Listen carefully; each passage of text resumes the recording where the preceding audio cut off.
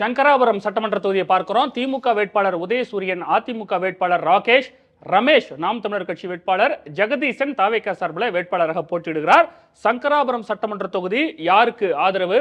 தந்தி டிவியின் கருத்து கணிப்பு முடிவுகள் திமுக என்கிறது 39 முதல் 45% பேர், அதிமுகவுக்கு 35 முதல் 41% பேர் ஆதரவு தெரிவிச்சிருக்கிறாங்க.